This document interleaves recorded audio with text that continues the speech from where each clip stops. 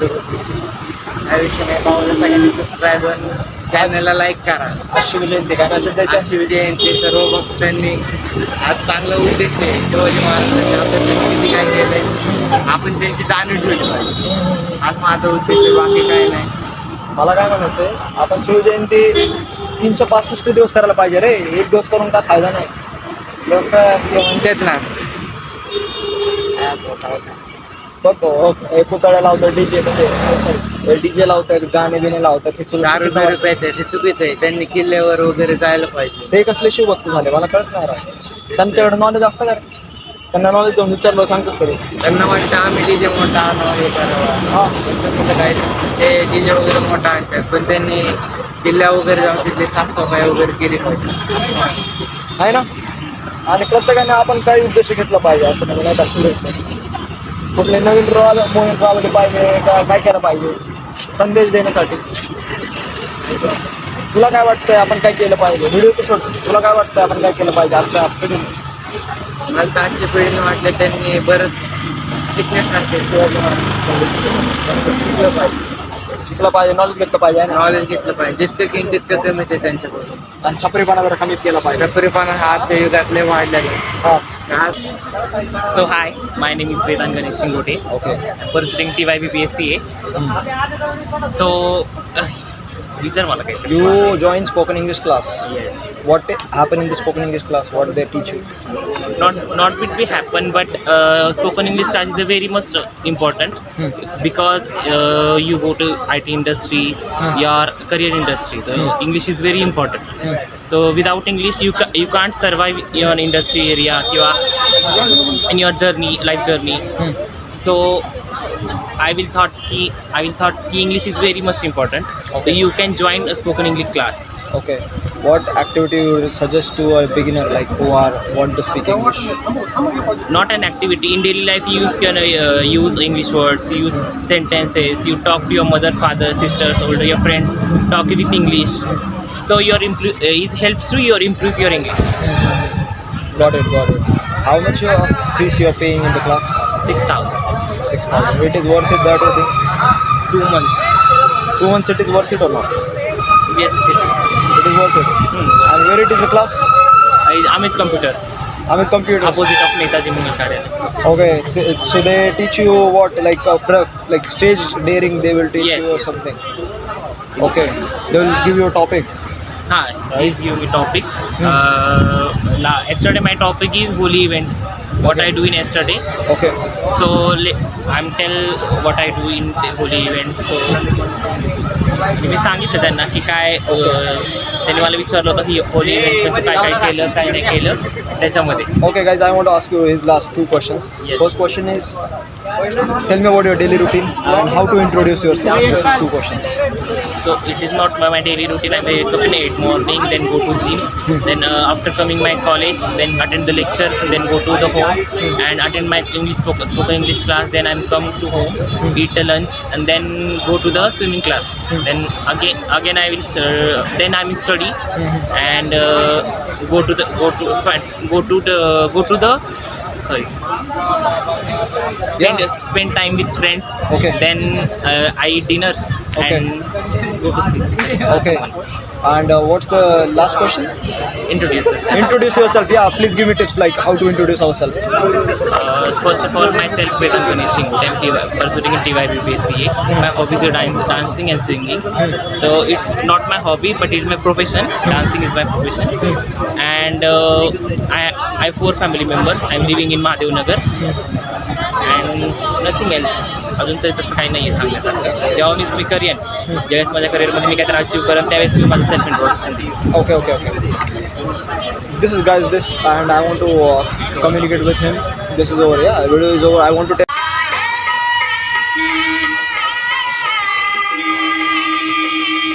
Andhra and in Maharashtra, what is the difference? People, culture. I don't see much difference in people. Wherever Telugu people are, in Andhra we don't fear anything. We just explore everything. That's why you never see speaking Telugu only.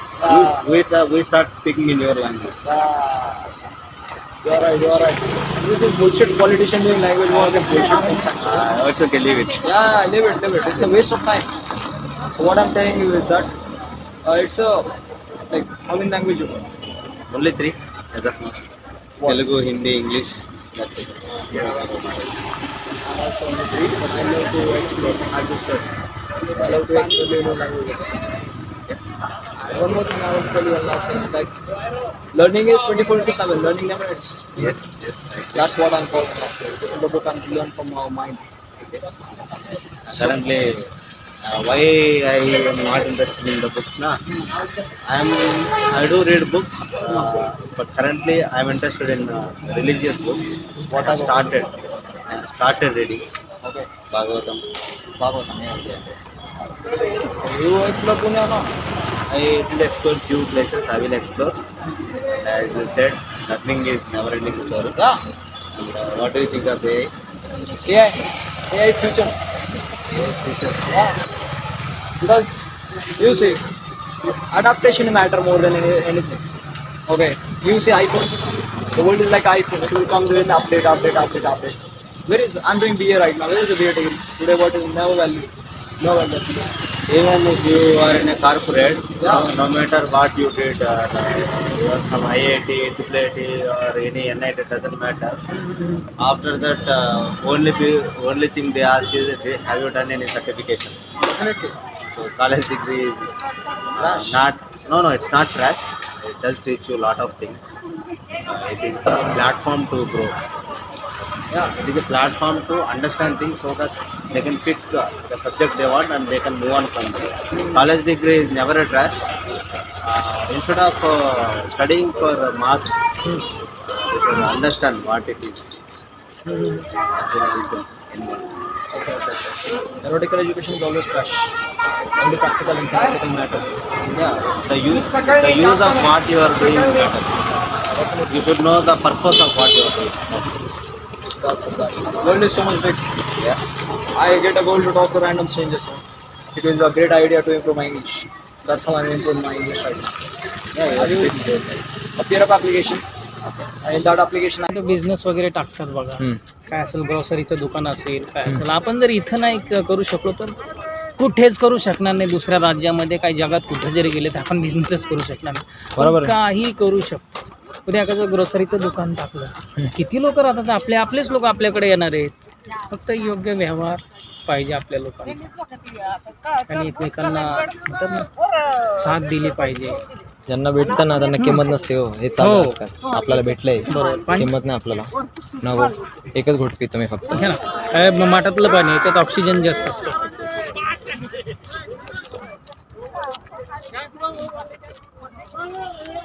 तुम्ही कुठून पुण्यातून लातूरमधून आहे बरं बरं हो मागचं 10 वर्ष झालं आम्ही इथंच राहतो आता मी जरा कॉलेजमुळे जरा बाहेर निघायला लागलोय चांगलं आहे तुम्ही व्हिडिओ बनवताना खूप चांगलं वाटलं BA मध्ये नाही का काय शिकवत नाहीत पर्सनॅलिटीबद्दल म्हणलं आपण स्वतःच काम करावं दुसऱ्यांना पण मदत करावी अशी दुसऱ्या विद्यार्थ्यांना जेणेकरून आपले जे महाराष्ट्रीयन लोक आहेत मराठवाडा असो विदर्भ असो पश्चिम महाराष्ट्र असो यांना आपण खूप गायडन्स केलं पाहिजे की तुम्ही व्यवसायामध्ये उतरा आज आपल्याला सकाळी ग्रॉसरीचं काय आणायला जायचं असेल साखर गहू तांदूळ की परप्रांत्याकडेच जावं लागतं आपल्याला बरोबर आहे एकही महाराष्ट्रीयन माणसाचं ग्रॉसरीचं दुकान आहे महाराष्ट्रीयन माणसाला म्हणजे असं का कमीपणा वाटतो अरे हे तुमचं वर्कप्लेस आहे तुमचं स्टेट आहे तुम्ही इथं 100 नाही 1 करोड टक्के तुम्ही सक्सेस होणार फक्त लोक व्यवहार चांगलं जर ठेवला आपल्या लोकांचं युनिटी केली काय म्हणजे किती आपण पुढे जाऊ बरोबर आहे बरोबर बिझनेस उद्योगधंदे आपण टाकले पाहिजे इथं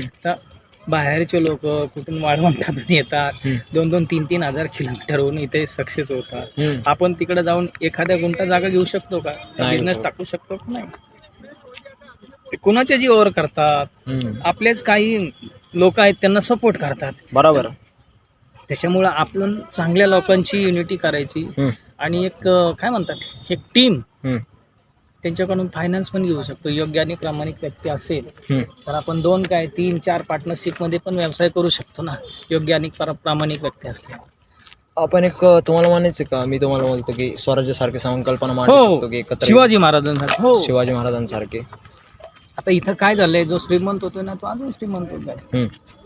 आणि जो गरीब आहे तो अजून गरीब होत जात आहे. मग ज्याच्याकडे स्किल आहे त्यांनी जे आहेत आपले काय दुसरे मोठे भाऊ दुसरे आपले, त्यांच्याकडून आपण फायनान्स घेऊन छोटा मोठा व्यवसाय स्टार्ट केला पाहिजे. काही करा, पाणीपुरी विका, भेळ विका, काही काही काही म्हणजे कुठलाही बिझनेस. अच्छा. एखादी बेकरी टाका. आता एका ज्वेलरीमध्ये ग्रोसरीमध्ये किती आपण मागे, फूड मार्केटमध्ये एकदम मागे आपण. हा, आपण म्हणजे आता मी पण ऐकलंय ते नाही का, आपण रिस्क घ्यायला घाबरतो. पण मला एक गोष्ट कळत नाही की कोणी आपल्या घरात पैसे देत नाही, आपण रिस्क घ्यायला घाबरतो, शरम बिरम, ती गोष्ट सोडायला पाहिजे आपण. कारण की ती जर गोष्ट नाही सोडली तर मग बिझनेस मध्ये तुम्ही येऊच नाही शकत. पहिली गोष्ट तर डेअरिंग करायची आणि काय सर्व काही इथं ठेवून जायचं, पण काय आहे ना ते एकदम फुल डेअरिंग न करायचं जे काय. आणि तुम्ही विचार करा ना, आपण बिझनेस मध्ये घाबरतो आणि छत्रपती शिवाजी महाराजांचं एक्झाम्पल घेतो आपण. म्हणजे कसं आहे ते, कुठला अँगल म्हणजे सूट होतो त्याला, काय वाटतं तुम्हाला? फार म्हणजे काय, आपण आताचे मराठी पूर्ण आळशी झालेले आहेत. मला सगळ्यांना सांगू इच्छितो, हे सोडा सगळं. हे म्हणतात ना, हे मोकार फिरायचं, जॉबचा तुम्ही विषयच घेऊ नका. बरोबर आहे, तो शब्दच मारून टाका. तुम्ही जॉब देणारे शिका आपल्या लोकांना. मी म्हणलं ना, मागाशीच म्हणलं, वर्क प्लेस आपलं, स्टेट आपलं, तुम्ही काही करू शकता. इथले पुढारी, इथले राजकारणी, इथले मंत्र्यांना घ्या, सपोर्ट घ्या, इथले छोटे मोठे बिझनेसमॅनचा सपोर्ट घ्या आणि योग्य आणि प्रामाणिकपणे व्यवसाय करा. बरोबर आहे. हो ना. आणि महाराष्ट्रीयन माणसांना सपोर्ट करा, धंद्यामध्ये उतरण्यासाठी मोटिवेट करा. बस मोटिवेट करा. हा भेदच ठेवायचा नाही, तो तिकडून आला, तो इकडून आला. तुम्ही एवढं परप्रांतीयांना पोचता तेव्हा तुम्हाला काय दिसत नाहीये. बरोबर आहे. आणि आपण कुठून पश्चिम महाराष्ट्रातून आला, विदर्भातून आला, महाराष्ट्र, हे आपण उलट आपल्या लोकांमध्ये आपण हे फूट पाडतो. मग आपला एक संत महाराष्ट्र कधीच राहणार नाही आणि तुम्हाला वाचवणारं पण कोणी राहणार नाही असं. आणि हेच लोक छत्रपती शिवाजी महाराजांचं आपण जेव्हा एकी असते तेव्हा एकी हे बळ असतं. बरोबर आहे. आता तुम्ही मुंबईला गेला फॉर एक्झाम्पल, गेला का तुम्ही? हो, मुंबईला बघितलं असेल कसं सिच्युएशन आहे आता. परप्रांतीय आपल्याला मारतात म्हणल्यावर तुम्ही त्यांना हात उचला ना, त्यांना तुम्ही दाखवा ना तुमची युनिटी, लाखोच्या संख्येने जावा ना. तुम्ही मग असं करता की भगवं वादळ, पिवळं वादळ, निळं वादळ, काय म्हणताय, मग ते थोडक्यात ते काय फायदा. मग बरोबर युनिटी करून जावा ना तिथं. तेव्हा कुठं होतं जातात तुमचे तेव्हा कुठं जाते तुमची ते युनिटी, एवढे मोर्चे वगैरे. एखाद्या मराठी माणसांना कोणी मारतो तेव्हा जा तुम्ही, तेव्हा दाखवा भगवं वादळ, पिवळं वादळ, निळं वादळ, पांढरं वादळ.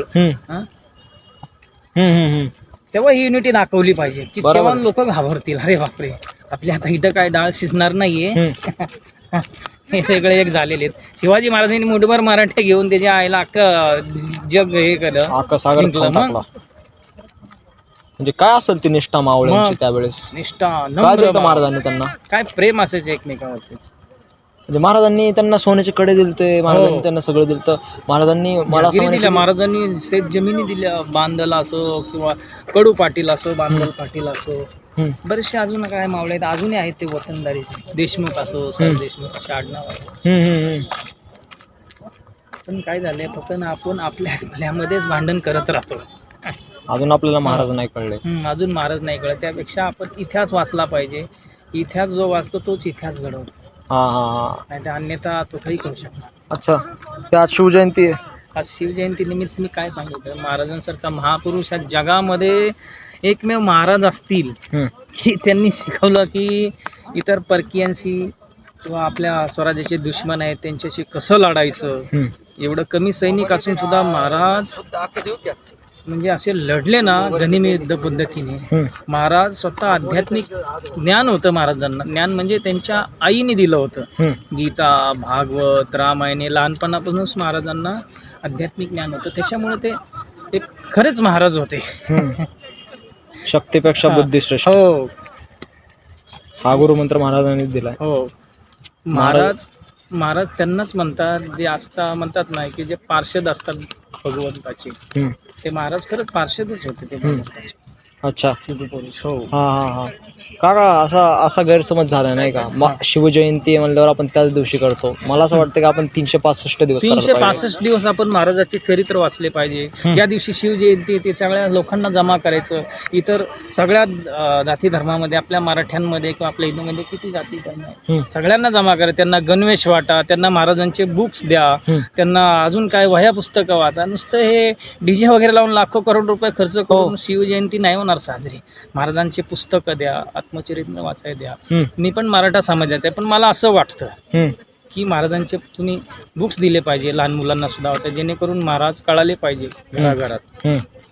आपल्याला ते जाती प्रथा अजून संपवावं लागेल असं वाटतं का नाही तुम्हाला? आता तुम्हाला काय वाटतं ते पॉलिटिशियन जे आहेत ते उलट का करतात? सगळं लोकांना विभागण्याचं काम करतात, सगळं महाराजांच्या उलट नीतीवर चालू आहे. त्यांना तेच पाहिजे, कारण अशी राजनीती केली की त्यांचे किशे भरून जातात ना, असे. आता ह्याच्यासाठी आपण काय करायला पाहिजे? आरोप प्रत्यारोप. आपण या पुढारेकर राजकारण्याकडे लक्ष द्यायचं नाही. आपल्याला जे करायचं ते करायचं, कारण आपण यांच्या मागे लागला आपण उपाशी मारून जाईल माहितीये का. आपण आपलं 365 दिवस जे काय वर्क असेल, बिझनेस असेल, याच्यामध्ये लक्ष केंद्रित करायचं. कारण आपण 1 महिना 2 महिने नुसतं बसून कुठला राजकारणी येऊन आपल्या घरी राहिने देणार, बरोबर आहे. आपल्या फॅमिलीला खायला देणार नाही. बरोबर आहे. त्याच्यामुळे यांच्याकडे लक्ष द्यायचं नाही राजकारण्यांकडे. द्यायचंच नाही. आपल्याला काय करायचंय, आपला गोल काय हे लक्षात ठेवायचं. हा बरोबर आहे काका तुमचं. कारण की